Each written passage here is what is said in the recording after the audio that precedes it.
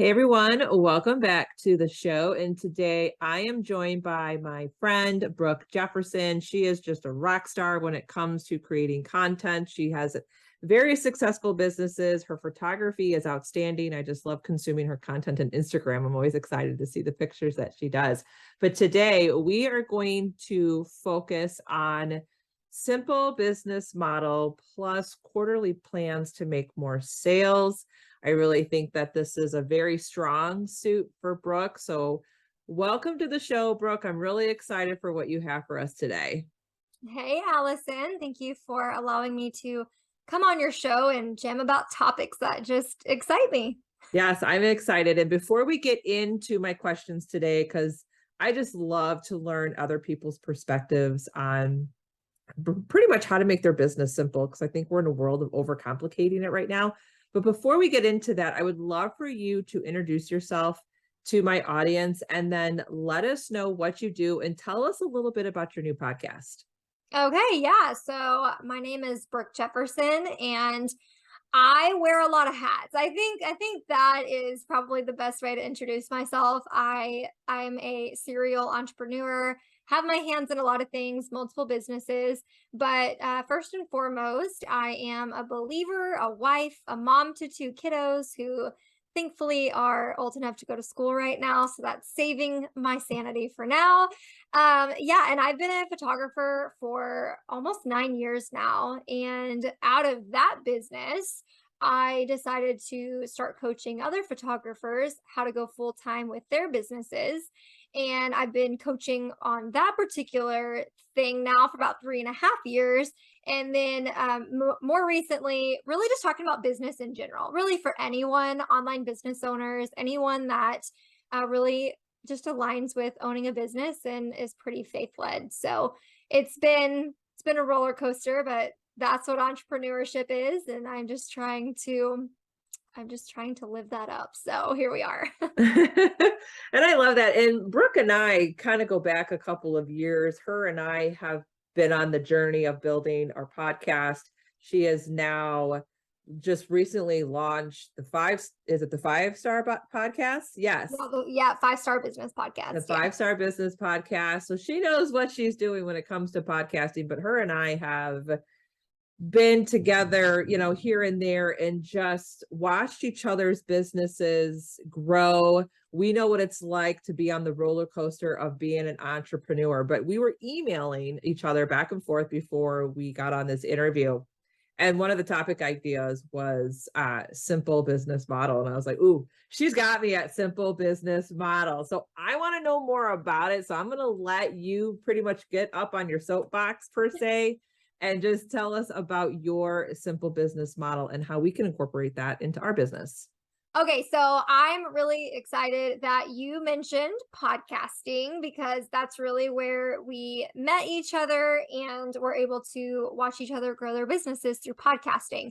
And podcasting is a huge part of my simple business model, which we'll get into the specifics here in just a little bit. But I feel like the world lies to the everyday business owner by telling us that business has to be complicated.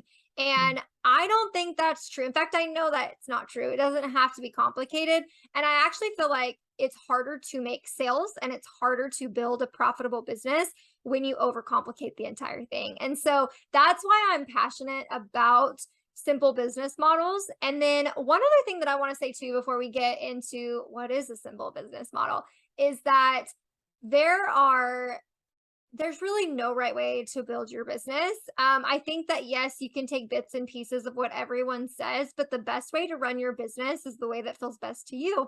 I know it's so cliche, but it's so true because you can tell me all day long that I should, I'm trying to think of something that I don't enjoy doing, but making reels all day long and then also doing webinars and all these things. But if I don't align with that and that's not really what I prefer doing or what I enjoy doing, I'm not going to do it very good, and I also am not going to show up for that. So I think first, before we say any of this, like, you have permission to build your business in whatever way that you want to, but also the simpler you can make it, the better you are going to be able to show up for your business and make more sales that way. So when I think of a simple business model, I really like to include 5 main pieces here. And so the first one is long form content. The second one is a community builder. The third is a list builder. The fourth are your offers, so what you're actually selling. And the fifth thing is your marketing system. So I feel like if we can focus on these 5 pieces of our business, we're good to go. And anything extra is just like sprinkles or a cherry on top of our business. So, thoughts on that, Allison? I love this so far. First of all, going back to allowing yourself to build your business your way, like amen to that. A year ago, I was loving reels. Today, I don't love them anymore. I'm over it. I'm done. A year ago, I was putting myself everywhere, all over every single platform, because I felt that I had to have my foot in the door because everyone was telling me to have my foot in the door. Today, right now, I don't have a Facebook group. I don't feel that I'm serving it very well. I'm not on LinkedIn. I don't care about LinkedIn. Could I get potential podcast guests from there? Yes, potentially. But I feel that if I am forcing myself to put all this energy into other things that I truly don't care about, I'm really not serving the people that need my help, because then I am not showing up with the energy. I'm not feeling fulfilled. I'm not ready to serve them in a way where if I'm just spending a little time where I like to be, but most of my energy is doing what I love to do, then I'm way better off. So I'm so glad that you said that. But the 5 pieces to your simple business model is your long form content. I'm so glad you said that. Hallelujah. Okay. A community builder, and then list building, your offers, and then your marketing plan, basically. Cool. Yeah. Are you going to walk us through each of those? Yes. A little bit? Yes, I am. Just yes, a little bit. And here's the cool thing.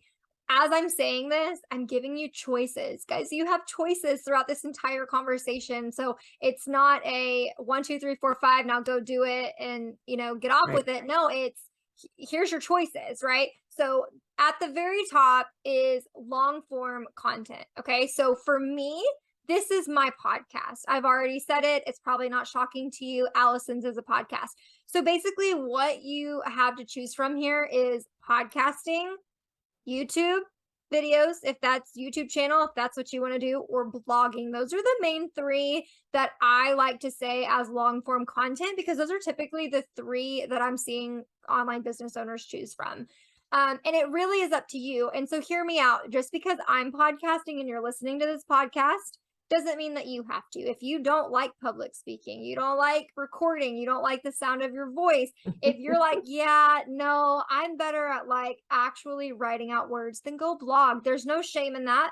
Blogging is not dead. YouTube is certainly not dead, and neither is podcasting. So that's it. So the first thing is you just need to commit to which one of these long form content avenues fits best with my personality, my energy levels, and things like that. So I will tell you, mine was a toss up between podcasting and doing a YouTube channel.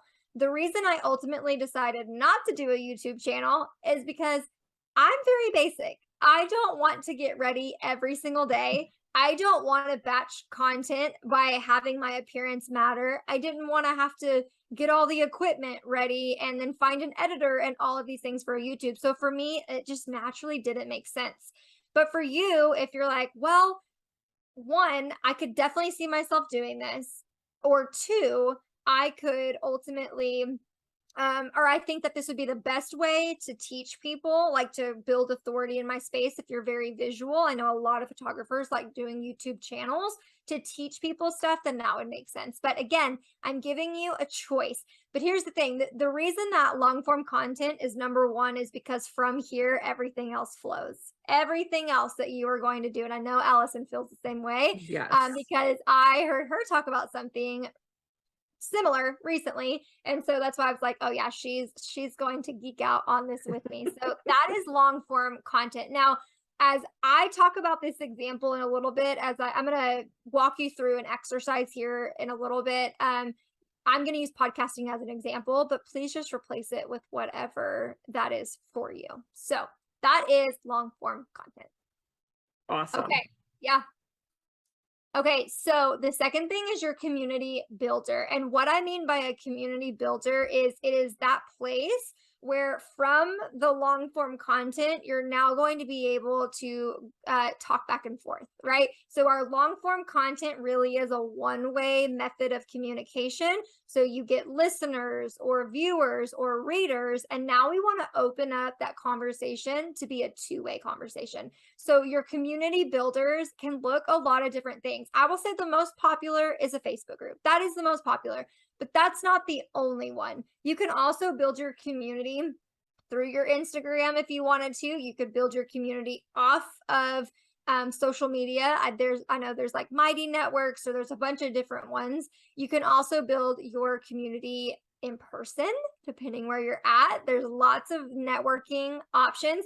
And then of course you can use your email list, which goes with this next thing that I'm going to say, but your community builder could also just be just email marketing as well. So you start with your long form content and then you flow into your community builder. And then that partners perfectly with your list builder, which I think that this is the one thing that I would say, I feel like almost everyone probably needs to do this, and that is to build your email list. And we could go on and on and on with all these episodes on why we believe in email marketing, but the number one reason really is because it's the only place where you're not going to wake up one day and everything's going to be deleted and just gone. Okay. So I think it's really important for you to be sold out to email marketing. Even if you're only emailing your people once a month, it's somewhere for you to start. And so your list builder are going to be the things that bring people on your email list. So you've heard it before. These are lead magnets or challenges or checklists or masterclasses. You're going to hear me talk a lot about this too whenever we're mapping out our quarterly exercise here. And then that flows into your offer. So this is typically the place where people want to start first is let me build an offer and then I'll build everything else. Well, sometimes that's okay. And sometimes that works out, but more often than not, you start with your long form content and you get an audience, right? You do your long form content, you have your community, and then you have this list builder so that you can market research and really get to know your audience and figure out what do they want from you. Then you can build an offer that actually sells. And then your final piece from there is your marketing system, which is, okay, how do I rinse and repeat all of this? And also, how do I take bite-sized pieces from the long form content that I already made at step number one and then distribute that out to the places that I want to show up in? So that is a very bird's eye view of the 5 steps of the business model. I love that. And I want to go back to the second one because I want people to really understand when we go back to community building. Yes, you can use social media to do that. And that's also a part of your marketing system, taking bite-sized pieces from a podcast episode, a blog, and you're kind of sharing it maybe in Facebook, maybe if you're on LinkedIn and Instagram and all that. But I want people to understand that community building is not the simple act of slapping a post on Instagram. It's not. Nope. Okay, that's posting and ghosting. That may be, part of your marketing process where once a week you're going to talk about your podcast episode on Instagram. That part is not community building. Community building for me, especially on Instagram, is getting into my stories, talking to them, and asking them questions. I'm being informative. I'm asking them questions. I'm taking polls. I'm asking them, is this what you're struggling with in your business? Or this is how it's going for me. I'm showing them behind the scenes of what it's really like to do an episode or getting ready to film as I sit here in my pajamas and the dog at my feet with my fingers crossed that she doesn't bark. Like, I want people to really understand that community building is actually speaking to your audience. And it might not be verbal. It might be through the DMs. It might be through the comments or in your Instagram stories or in a Facebook group. You have to get in there and you actually have to interact with them. It's not just slapping content up and hoping for the best and never really getting to know them. Right. This part for me is the community builder is also like conversation. Where are you having the conversation? So if you're thinking, oh, I can just batch all my content and just let all the posts go up in a Facebook group, but you're not there to actually comment back to people and have that conversation, then you're missing out on the community building. The community building, what you're saying, does not happen by just throwing some good content out there and having some likes and whatever. It actually is, you've got to have conversations because you've got to get to know people. And that, I truly think that's one of the reasons why I have been so successful in my businesses, is because I'm like sold out to having the conversations, getting to know people, and really building that community. Whereas other people, they may struggle there. And, and that's okay. Like, you can struggle there, but you also have to find what works best for you, which is why I didn't want to just give the Facebook group as an example. But yeah, so like I'm also going to give my overview of what I use for each thing, just to give an example here in a moment. But again, choices. It's choices. Like, where do you want to have the conversations on a day-to-day basis? Yes, I love that. So give your examples of Okay. how you do each. Yeah. Okay. So my long form content is my podcast. My community builder is my Facebook group, but also I will say I also do this in my Instagram stories and DMs as well. And we're pretty much sharing content back and forth. So we usually theme it. And then my list builder is, I use master classes and one PDF download mainly for how I get people onto my list. My offers, my main offers right now in this season of my life would be my signature course and then coaching. So it just depends on like what capacity people need you in, what container, and what you're giving. And then for my marketing system, we literally are taking the podcast and we are just redistributing that into the weekly emails and Instagram stories and feed posts and community building questions to get that conversation going. And it's also okay to take some of your offers as well and put that into your marketing plan. Like, Yes, it's totally yes. fine to have a post on, hey, I got a brand new freebie, and I think you're really going to dig this content, and, go grab the link or whatnot. So yes, just wanted to make sure that was in there. So I love this business model. And when you really think about it, it is simple. Like, you just have to simplify your own process and just stop watching what everyone else is doing and think that you have to do it. And I think a lot of times we get stuck into watching everybody on, especially social media, and it's just a massive highlight reel. You're not really seeing the struggles, and they claim to have all the success, but do we truly know what that success is? Or they're going to say, oh, I'm a 6-figure earner, but like, is that all profit? Are you wasting money on the back end of your business? So don't get stuck in that trap of comparing your business and your systems to what you think other people are doing, and you think that they are super successful. I think we have to simplify it. And again, we have to be okay with what we do every single day. We can't just do something that someone else is saying to do it and think that's going to give you the success. Like, you have to find that daily joy, that daily happiness as you're going through the journey to actually build your business. Now, I want to go back to long form content for just a bit, because I think in today's world, I think a lot of people are depending on social media to build their business.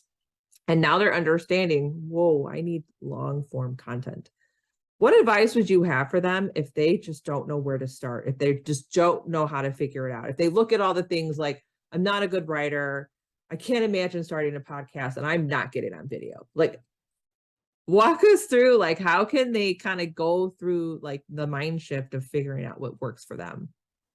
So one of the main things that I really want someone to like lock in and understand is, you can't just be like another blended voice with all the other voices out there that are trying to sell your offers. There has to be something about you to where you are an authority, or you are starting to build yourself up as an expert in this particular area. And I know that word expert makes everyone run for the hills because it's just such imposter syndrome. But all you need to do, and I mean, seriously, like, sit on this, is you just need to be 2 to 5 steps ahead of the person behind you. That's it. That's it, right? No one's asking you to be 25 plus years experienced ahead of them, because at that point we're no longer relatable. You know what I Right. mean? And so it's just a couple steps. And so while we all want to do nothing, right? Like we don't want to work, we don't want to show up in certain capacities. One of these three things, at some point, you're going to get way more out of investing and going in the form of one of these options than constantly selling yourself out and running yourself ragged through social media, because that one post that you took 2 hours to write and you thought that was going to be the thing, and now you're super disappointed why it only has 45 reactions and like 2 comments. Yeah, we've all been there. So I think it's important for you to really look at this. You have options, right? But I really think that one of the three you need to commit to no matter what. Reason being is that you need an authority builder, and one of these three methods is going to help you do that. So again, honestly, you just have to pick one. This is kind of just the kick in the pants part of the episode, where you either do it or you don't and you stay stuck with where you're at. That's your option. Yeah, and I think too, what people need to realize, your long form content, that is going to live on. And that will maximize your visibility and your exposure. That post, like Brooke said, that you spent 2 hours writing, it's forgotten about tomorrow. It is buried now in the feed and in the algorithm. It's gone. It's done. People have moved on. Where if you have your own long form content, it is yours. You own it. It is going to live on and be evergreen forever.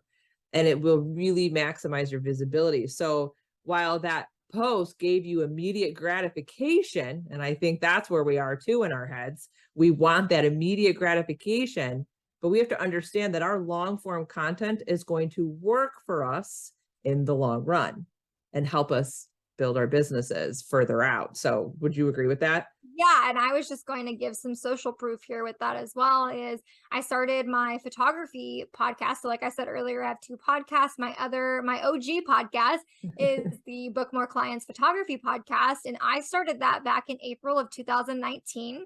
And I still have people to this day going all the way back and listening to episodes from years ago. And that is ultimately what persuades them to join my signature course or do one-on-one coaching with me. And so that's what we're talking about.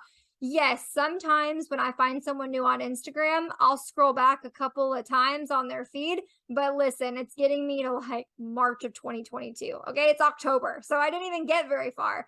So that's something that you need to remember as well. But I'm telling you, once you go all in with long form content, give it a few months, let it build up its momentum. And then here we are. I'm in 2022 and I'm talking about things that I did in 2019 that are converting into clients and sales for me. So it's totally worth it, even if it does take some hard work in the beginning. Absolutely. I totally agree.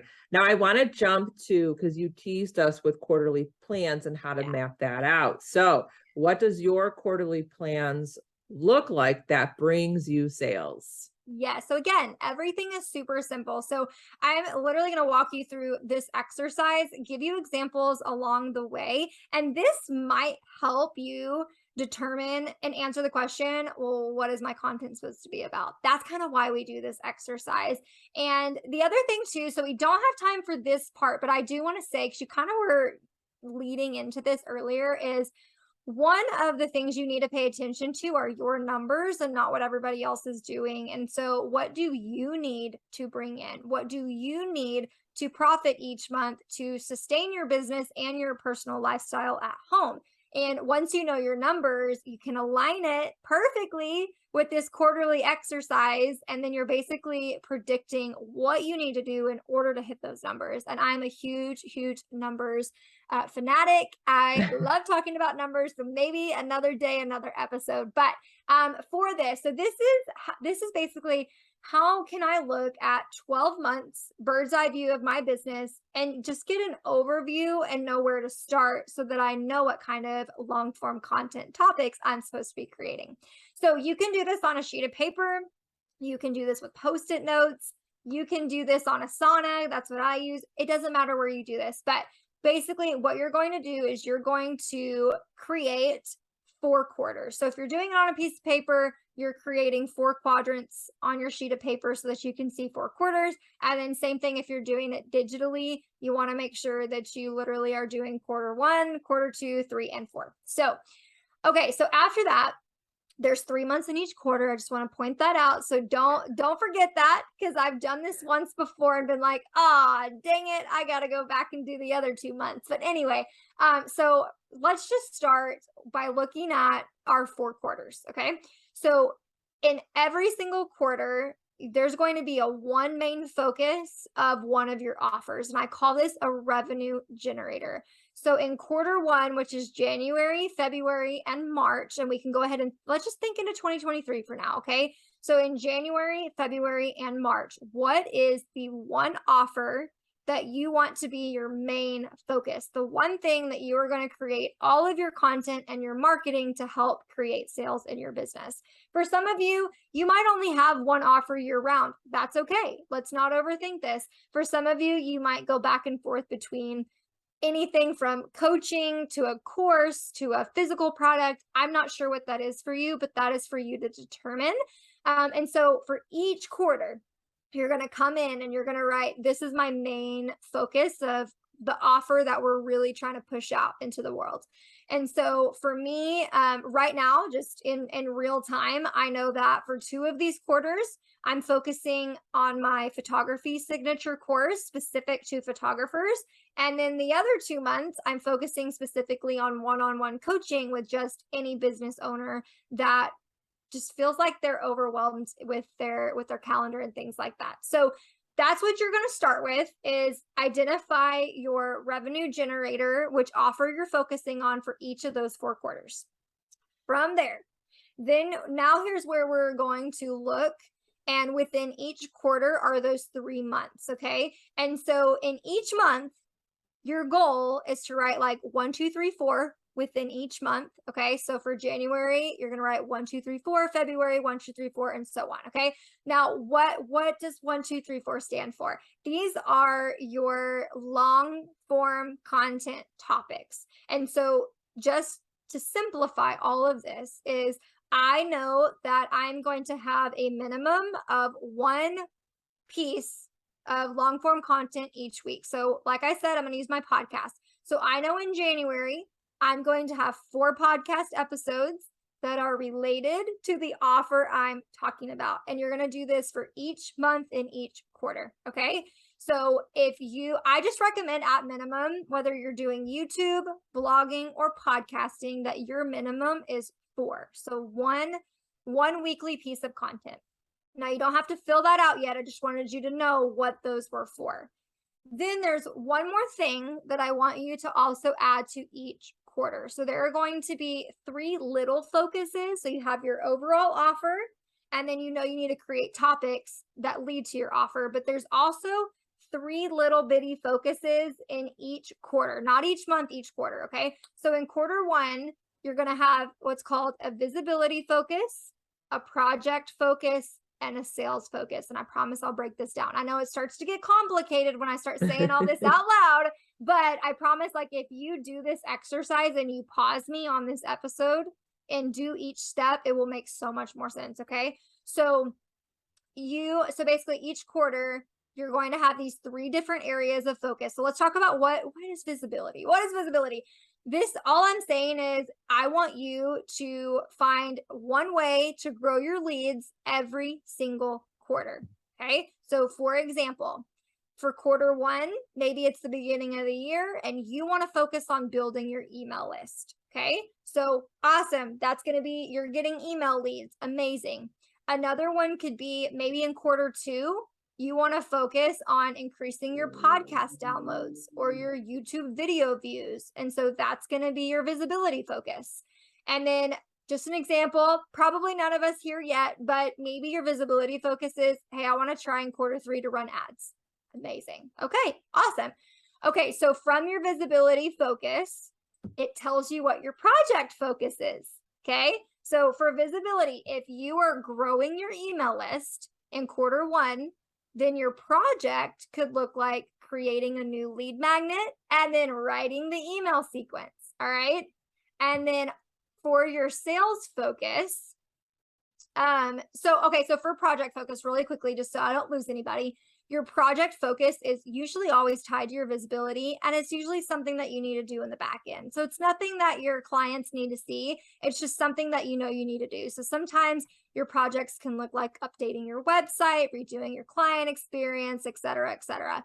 And then the last one is a sales focus. So remember that offer that you picked in each quarter? Well, now you need like a sales booster. You can call it a sales booster if you want to. How am I going to boost sales for this particular thing? And so this can look a couple of different ways as well. So you could have, you could run a sale, or you could add a bonus. You could do some type of a live launch with the masterclass or a challenge, or you could rely on affiliate sales for a particular quarter. So that is how you get your overview. And then once you know what all your focuses are, what offers you're doing, then you can go back to your topics and really figure out, what am I creating with my content, which I'll have some tips for that too, but I don't want to overwhelm you. So let's just end here and get some feedback from you.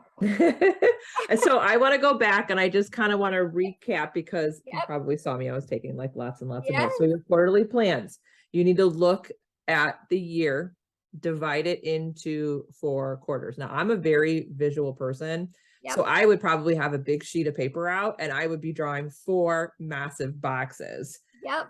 Same. I would title each box my main focus. What is my main offer? Because that's how I'm going to drive sales eventually, right? Yes, yes, yes. And then within that box, within one box, I'm going to divide it into 3 months. Yep. Each month, I need to identify my 4 pieces of long form content. And I need to make sure that the topics relate back to my main focus for the quarter. Yep. So that's the overall. And then kind of like behind the scenes of what's working within each quarter, you're going to have, I'm going to call them the 3 little booster focuses. It's going to help boost everything that you're doing. You need to have a visibility focus or a visibility booster. How are you going to boost your visibility? And it could be, maybe you're, like you said, well, the way I'm going to do it is, maybe I want to grow my leads, right? Maybe I want to be a guest on people's podcasts. Yep. That's another great way, right? So then that leads into your project. What project do you need to do to get the visibility booster? So if it was going to be a lead magnet, you need to create a lead magnet. If you want to be a guest on podcasts, you need to start pitching yourself. So you need to be getting into those emails. And then last but not least is the sales focus. How will I boost sales? So how will you can do maybe sales, bonuses, affiliates, anything like that. You may want to put together a masterclass, something like that. So if you are going to, one way to grow leads and you're going to do a lead magnet, you can actually create a masterclass built around that lead magnet, which leads into sales. Yep, you can. Yeah, that was a perfect overview. That was good. Awesome. Great. I love it. So did you have content ideas you wanted to share of how to put this all together? So yeah, so just a couple tips for your content. So again, if you're blogging, these are your blog titles. You're just kind of like, you're just brainstorming on, here's what I'm going to hit on. And this literally is my podcast topic process. So I just want to give you a couple of places and a couple of ideas on where to pull this content from. The first one is, that community builder that you have that has people that are listening or that may listen. And this, I know in the beginning, it takes a little bit of extra work and a little bit of guesswork for you to get it going. But once you're consistent, you're going to have this community builder and you're going to be able to ask them market research questions. You're going to be able to have group questions, or on your email list, you're going to be able to say, reply back to me and blah, blah, blah, and answer this question, right? And so you're getting these topic ideas from your community builder. And I use this every single month in my business. So there's just so many ways. So that's the first place, is go back to your community and your list builder and get some, ask them, what are you struggling with? When you think about insert your topic, your niche, what is the number one hang up you're having, right? You just ask questions and then you create content off of that. The other place is you can Google, you can Pinterest. Like, what's the first thing that pops up when you type in your niche? What are the questions in other people's groups or Instagram that other people are talking about that you also want to talk about? And so I think just brainstorming and going to these other places that is a part of your business model to come up with the content. And then a couple other things when it comes to your offer specifically. And this is one thing that took me a long time to learn is when it comes to your offer, all the cutesy how-to stuff, that's really good and that's awesome. But if you're doing that all the time, there's no need for your offer. And so when it comes to your offer, what is keeping people from not investing in your offer? Talk about those objections, talk about the mindset issues, talk about the fears. There should be at least one or two every single month that you're addressing from a mindset perspective. And then you can come in with a tactical strategy perspective on the other two topics. So this goes so many different ways, but when it comes to content, just take it back to market research, know who your ideal target market is, and then just be creative and think, what do they need to know so that they'll be 2 steps closer to needing my offer and actually buying my offer. That was so juicy, so good. And I want to go back to really using the questions that your audience is asking, because I just did this like a month ago where I had a really good business friend send me a DM like, hey, tell me about these pinned posts on Instagram. Like, I know how to do it, but like, what post am I supposed to put there? And I went, people don't know this. I was like, number one, that's a great question. I answered her question. I go, and thanks for my next podcast episode. I go, and that's what I did. I created a podcast episode on it. But within that episode, I made sure that I pointed them to a freebie to help them with creating content for Instagram. Like, it was a win-win. So I used that long form content, took bits of it, shared it, but then I also had a call to action to build my email list. So once you get into the practice of doing this, it'll eventually flow and it will be simple. And I just want the audience to know, you do not have to nail this from day one. Right.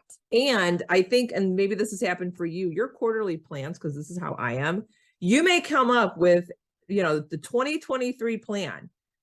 And in quarter one, quarter two, you might look at it and go, based on my audience, based on my market research, I think I'm going to shift my main offer. I need to move things around. That's okay.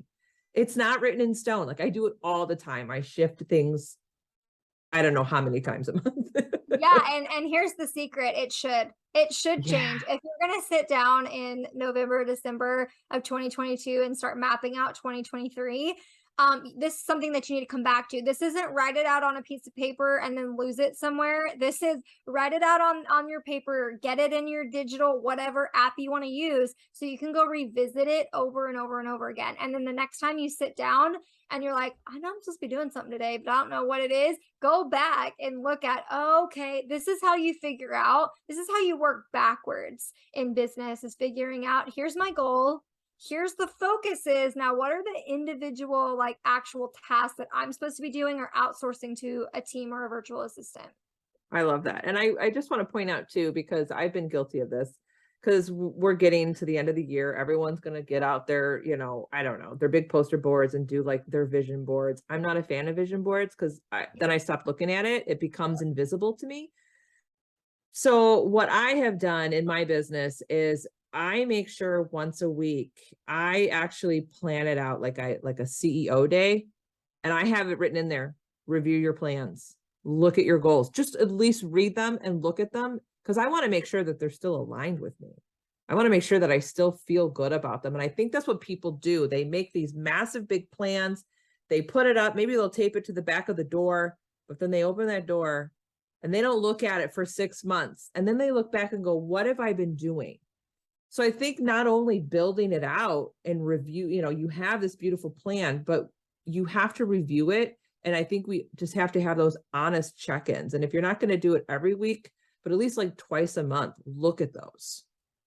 For sure. I love it. And you described my January 2022 self, because I made all these plans, like went to a goal setting workshop. And I also teach my students how to do this too. And it was honestly, there were several reasons, but like I closed the notebook and never looked at it again.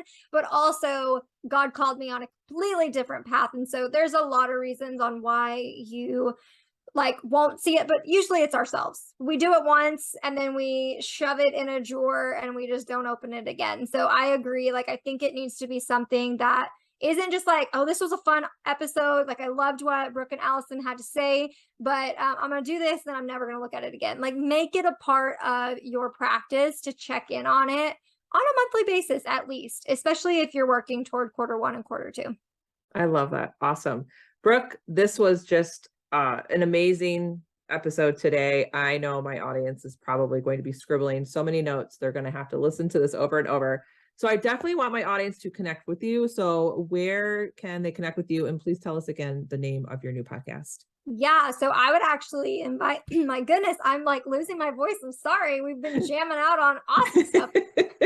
Yeah, so I think the number one place for you guys to come get connected to me would be on Instagram. It's at Brooke Jefferson. But also my podcast. If you loved this, there's 2 episodes that came to my mind for you to do a continuance on. And one of those episodes is all about how to set goals for your business in a biblical way. If that's you, you're still going to be able to take something away from it. But I think that will help you pair it with your quarterly plan as well. So I think that episode would be really helpful. And then the second one is I actually give you ways to create more leads. So I think all 3 together will give you an amazing business plan, and you'll have plenty to do, because I love tangible, practical action steps. That's awesome. I love it. And I will make sure that all of your links are in the show notes. And Brooke, thank you so much for just an awesome conversation today. Of course. Thank you so much.